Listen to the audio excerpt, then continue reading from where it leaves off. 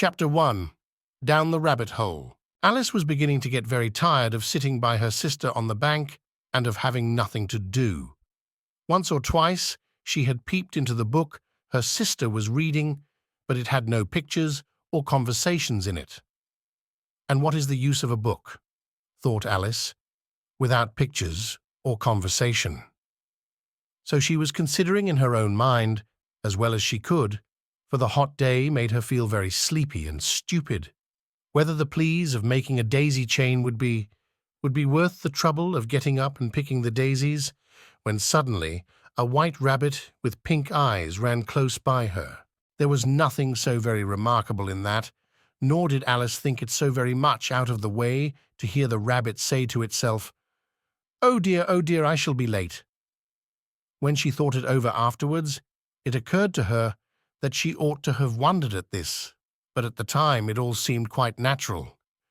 But when the rabbit actually took a watch out of its waistcoat pocket and looked at it, and then hurried on, Alice started to her feet, for it flashed across her mind that she had never before seen a rabbit with either a waistcoat pocket or a watch to take out of it, and burning with curiosity, she ran across the field after it, and fortunately was just in time to see it pop down a large rabbit hole under the hedge. In another moment down went Alice after it, never once considering how in the world she was to get out again. The rabbit hole went straight on, like a tunnel for some way, and then dipped suddenly down, so suddenly that Alice had not a moment to think about stopping herself before she found herself falling down a very deep well. Either the well was very deep, or she fell very slowly, for she had plenty of time as she went down to look about her and to wonder what was going to happen next. First, she tried to look down and make out what she was coming to, but it was too dark to see anything. Then she looked at the sides of the well and noticed that they were filled with cupboards and bookshelves. Here and there she saw maps and pictures hung upon pegs. She took down a jar from one of the shelves as she passed. It was labelled orange marmalade, but to her great disappointment it was empty. She did not like to drop the jar for fear of killing somebody, so managed to put it into one of the cupboards as she fell past it. Well, thought Alice to herself, after such a fall as this, I shall think nothing of tumbling downstairs. How brave they'll all think me at home. Why, I wouldn't say anything about it, even if I fell off the top of the house. Which was very likely true. Down, down, down. Would the fall never come to an end? I wonder how many miles I've fallen by this time, she said aloud. I must be getting somewhere near the center of the earth. Let me see. That would be 4,000 miles down, I think. For, you see, Alice had learnt several things of this sort in her lessons in the schoolroom, and though this was not a very good opportunity for showing off her knowledge, as there was no one to listen to her, still it was good practice to say it over. Yes, that's about the right distance. But then I wonder what latitude or longitude I've got to. Alice had no idea what latitude was, or longitude either, but thought they were nice grand words to say. Presently she began. I wonder if I shall fall right through the earth. How funny it'll seem to come out among the people that walk with their heads downward. The antipathies, I think. She was rather glad there were no one listening, this time, as it didn't sound at all the right word. But I shall have to ask them what the name of the country is, you know. Please, ma'am, is this New Zealand or Australia? And she tried to curtsy as she spoke. Fancy curtsying as you're falling through the air. Do you think you could manage it? And what an ignorant little girl she'll think me for asking. No, it'll never do to ask. Perhaps I shall see it written up somewhere. Down, down, down. There was nothing else to do, so Alice soon began talking again. Dinah'll miss me very much to-night, I should think. Dinah was the cat. I hope they'll remember her saucer of milk at tea time. Dinah, my dear, I wish you were down here with me. There are no mice in the air, I'm afraid, but you might catch a bat. And that's very like a mouse, you know. But do cats eat bats, I wonder? And here Alice began to get rather sleepy and went on saying to herself, in a dreamy sort of way, do cats eat bats? Do cats eat bats? And sometimes, do bats eat cats? For you see, as she couldn't answer either question, it didn't much matter which way she put it. She felt that she was dozing off and had just begun to dream that she was walking hand in hand with Dinah and saying to her very earnestly, "Now, Dinah, tell me the truth. Did you ever eat a bat?" When suddenly, thump, thump, down she came upon a heap of sticks and dry leaves, and the fall was over. Alice was not a bit hurt, and she jumped up onto her feet in a moment. She looked up, but it was all dark overhead. Before her was another long passage, and the White Rabbit was still in sight, hurrying down it. There was not a moment to be lost. Away went Alice like the wind, and was just in time to hear it say, as it turned a corner, "Oh, my ears and whiskers, how late it's getting!" She was close behind it when she turned the corner, but the rabbit was no longer to be seen. She found herself in a long, low hall, which was lit up by a row lamp hanging from the roof. There were doors all round the hall, but they were all locked, and when Alice had been all the way down one side and up the other, trying every door, she walked sadly down the middle, wondering how she was ever to get out again. Suddenly she came upon a little three-legged table all made of solid glass. There was nothing on it except a tiny golden key, and Alice's first thought was that it might belong to one of the doors of the hall, but alas, either the locks were too large or the key was too small, but at any rate it would not open any of them. However, on the second time round, she came upon a low curtain she had not noticed before, and behind it was a little door about 15 inches high. She tried the little golden key in the lock, and to her great delight, it fitted. Alice opened the door and found that it led into a small passage, not much larger than a rat hole. She knelt down and looked along the passage into the loveliest garden you ever saw. How she longed to get out of that dark hall and wander about among those beds of bright flowers and those cool fountains, but she could not even get her head through the doorway. And even if my head would go through, thought poor Alice, it would be of very little use without my shoulders. Oh, how I wish I could shut up like a telescope. I think I could, if I only know how to begin. For you see, so many out-of-the-way things had happened lately that Alice had begun to think that very few things indeed were really impossible. There seemed to be no use in waiting by the little door, so she went back to the table, half hoping she might find another key on it, or at any rate a book of rules for shutting people up like telescopes. This time she found a little bottle on it, which certainly was not here before, said Alice, and round the neck of the bottle was a paper label with the words "Drink Me" beautifully printed on it in large letters. It was all very well to say, "Drink me," but the wise little Alice was not going to do that in a hurry. "No, I'll look first," she said, "and see whether it's marked poison or not," for she had read several nice little histories about children who had got burnt and eaten up by wild beasts and other unpleasant things, all because they would not remember the simple rules their friends had taught them, such as that a red, hot poker will burn you if you hold it too long, and that if you cut your finger very deeply with a knife, it usually bleeds. And she had never forgotten that, if you drink much from a bottle marked poison, it is almost certain to disagree with you sooner or later. However, this bottle was not marked poison, so Alice ventured to taste it, and finding it very nice, it had in fact a sort of mixed flavour of cherry, tart, custard, pine, apple, roast turkey, toffee, and hot buttered toast. She very soon finished it off. "What a curious feeling," said Alice. I must be shutting up like a telescope." And so it was indeed. She was now only 10 inches high, and her face brightened up at the thought that she was now the right size for going through the little door into that lovely garden. First, however, she waited for a few minutes to see if she was going to shrink any further. She felt a little nervous about this. "For it might end, you know," said Alice to herself, "in my going out altogether, like a candle. I wonder what I should be like then." And she tried to fancy what the flame of a candle is like after the candle is blown out, for she could not remember ever having seen such a thing. After a while, finding that nothing more happened, she decided on going into the garden at once. But alas for poor Alice!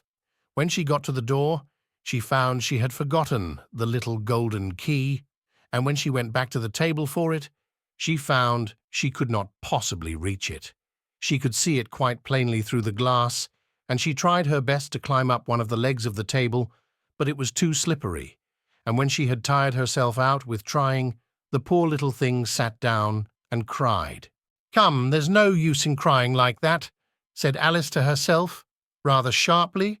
"I advise you to leave off this minute." She generally gave herself very good advice, though she very seldom followed it, and sometimes she scolded herself so severely as to bring tears into her eyes. And once she remembered trying to box her own ears for having cheated herself in a game of croquet she was playing against herself, for this curious child was very fond of pretending to be two people. "But it's no use now," thought poor Alice, "to pretend to be two people. Why, there's hardly enough of me left to make one respectable person."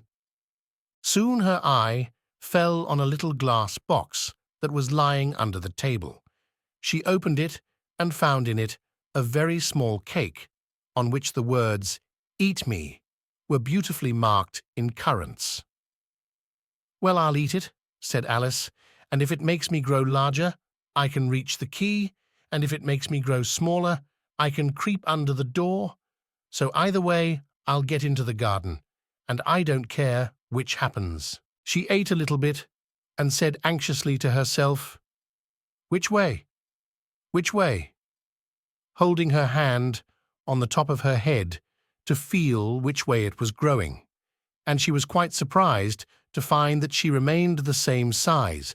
To be sure, this generally happens when one eats cake, but Alice had got so much into the way of expecting nothing but out-of-the-way things to happen that it seemed quite dull and stupid for life to go on in the common way.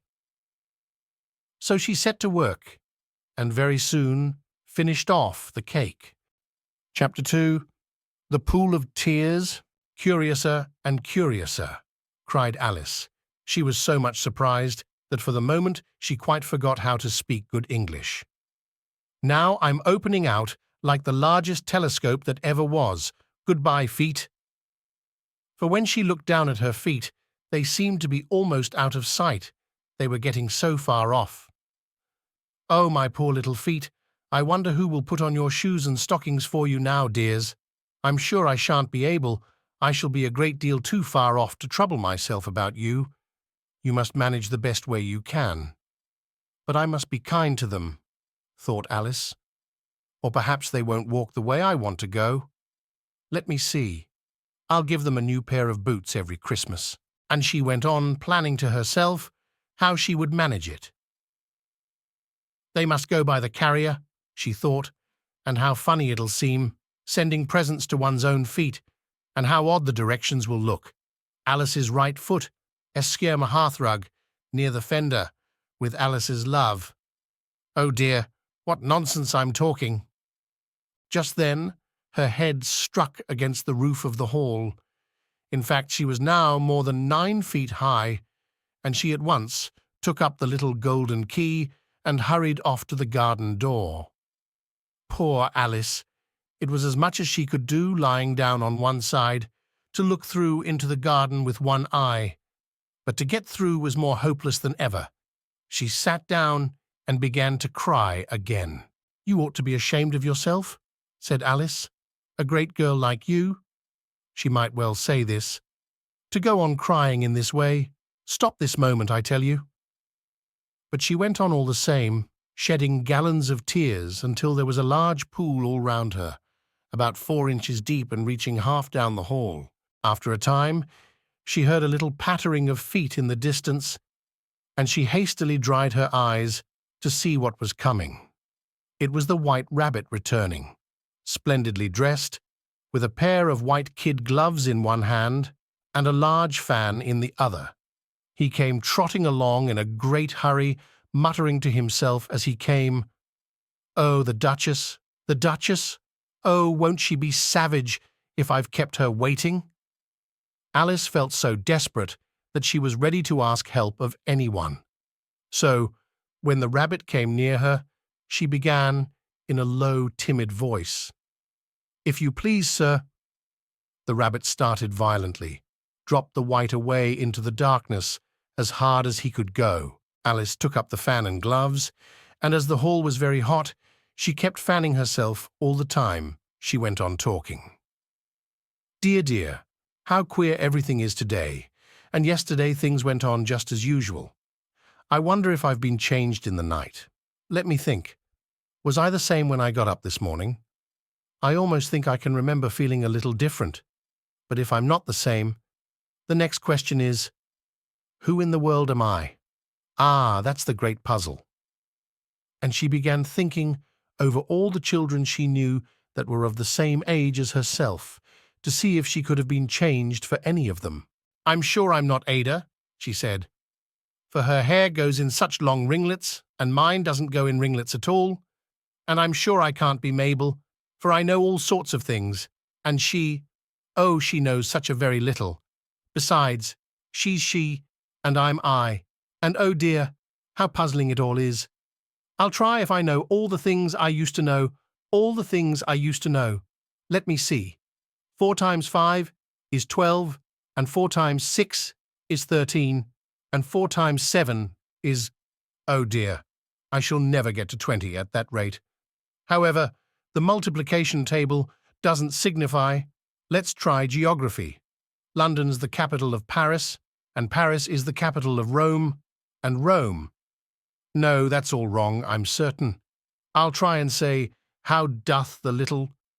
And she crossed her hands on her lap as if she were saying lessons and began to repeat it, but her voice sounded hoarse and strange, and the words did not come the same as they used to do. How doth the little crocodile improve his shining tail, and pour the water of the Nile on every golden scale? How cheerfully he seems to grin, how neatly spread his claws, and welcome little fished in with gently smiling jaws. I'm sure those are not the right words, said poor Alice, and her eyes filled with tears again as she went on. I must be Mabel after all, and I shall have to go and live in that poky little house and have next to no toys to play with, and oh, ever so many lessons to learn. No, I've made up my mind about it. If I'm Mabel, I'll stay down here. It's been no use their putting their heads down and saying, come up again, dear. I shall only look up and say, who am I then? Tell me that first, and then, if I like being that person, I'll come up. If not, I'll stay down here till I'm somebody else. But of dear, cried Alice, with a sudden burst of tears, I do wish they would put their heads down. I am so very tired of being all alone here. As she said this, she looked down at her hands, and was surprised to see that she had put on one of the rabbit's little white kid gloves while she was talking. How can I have done that? She thought. I must be growing small again. She got up and went to the table to measure herself by it, and found that, as nearly as she could guess, she was now about 2 feet high, and was going on, shrinking rapidly. She soon found out that the cause of this was the fan she was holding, and she dropped it hastily, just in time to avoid shrinking away altogether. That was a narrow escape, said Alice, a good deal frightened at the sudden change, but very glad to find herself still in existence. And now speed back to the little door.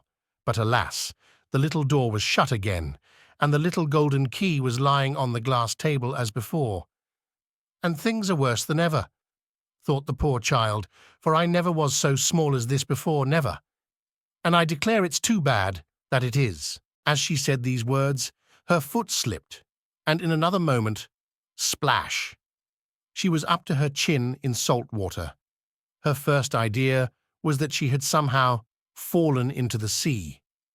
And in that case, I can go back by railway, she said to herself.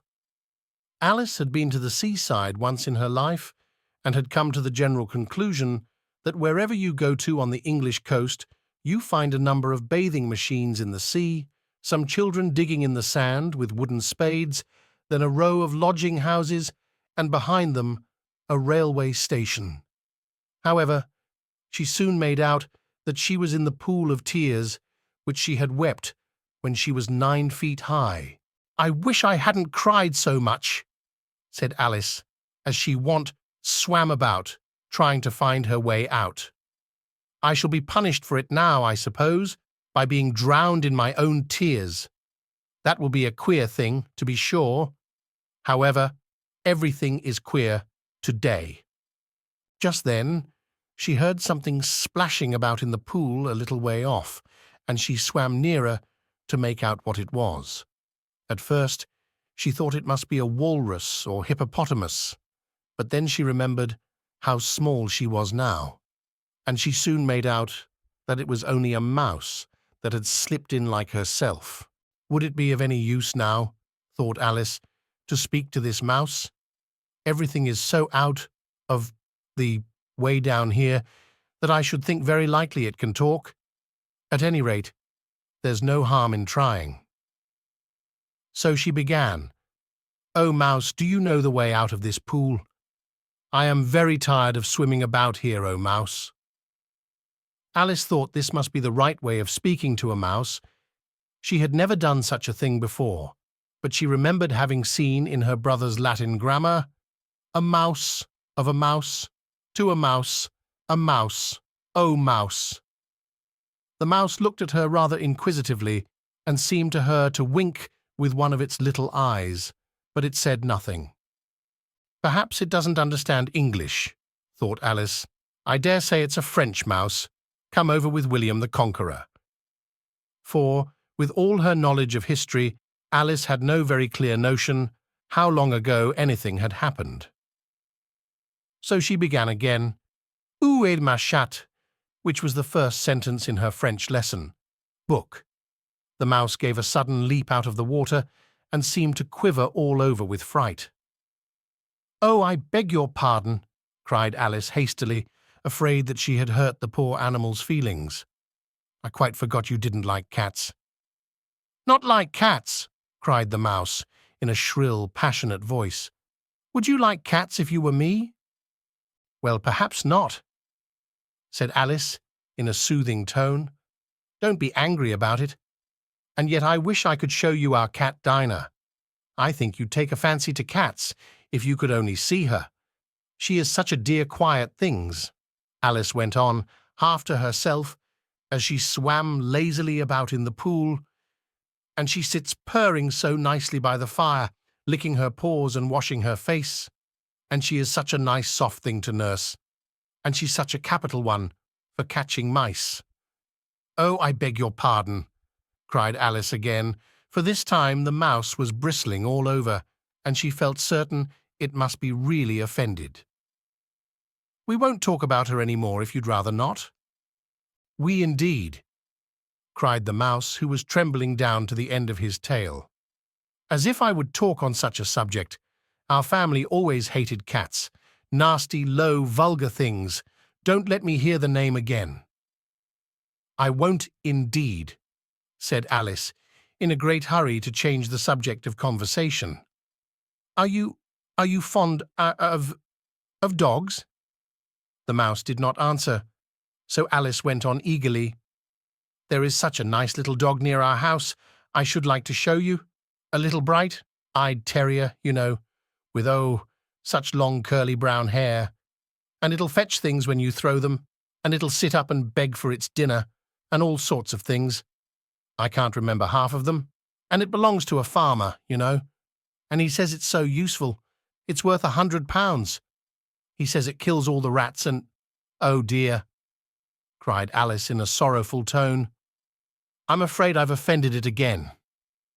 For the mouse was swimming away from her as hard as it could go, and making quite a commotion in the pool as it went, so she called softly after it, "Mouse dear, do come back again, and we won't talk about cats or dogs either, if you don't like them."